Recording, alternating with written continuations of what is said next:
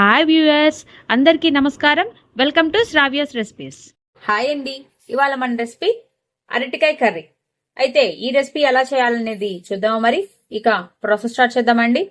ఇప్పుడు కుక్కర్ పెట్టుకోండి, కొంచెం ఆయిల్ పోసుకోండి. ఆయిల్ పోసుకొని కొంచెం తాలింపు గింజలు, పచ్చిపప్పు వేసుకోండి, ఎండుమిర్చి, కొంచెం కరివేపాకు. ఇట్లా మొత్తం వేగినాయి కదండి. వేగించుకున్న తర్వాత మనము పచ్చిమిరపకాయలు గోల్పెడ్ వచ్చేదాకా కొంచెం వేయించుకున్నామండి. ఆ పచ్చివాసన కొంచెం సేపు చాలండి, కుక్కరే కాబట్టి ఎక్కువ అక్కర్లేదు, జస్ట్ కొంచెం వేయించుకున్నాం మొత్తం కూడా. ఇప్పుడు ఇదిగోండి అరటికాయ ముక్కలు ఇలా తరుక్కొని ఉంచుకున్నాను. అరటికాయ ముక్కలు వేసుకోండి, కొంచెం పసుపు వేసుకోండి, కూరకు సరిపడా ఉప్పు వేసేసుకోండి.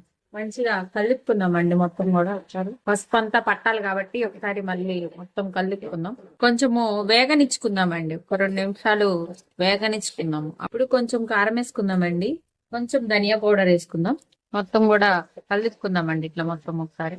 కొంచెం స్టార్ మసాలా వేసుకుందామండి, కొంచెం నీళ్లు పోసుకుందాం. జస్ట్ ఒక విజిల్ సరిపోతుందండి. ఒక విజిల్ రాగానే ఆపేద్దామండి. ఇప్పుడు మూత పెట్టి ఒక విజిల్ రానిద్దామండి. ఒక్కటి చాలండి, ఎక్కువ అక్కర్లేదు. మంచిగా ఉడికిపోయిందండి మొత్తం కూడా కర్రీ.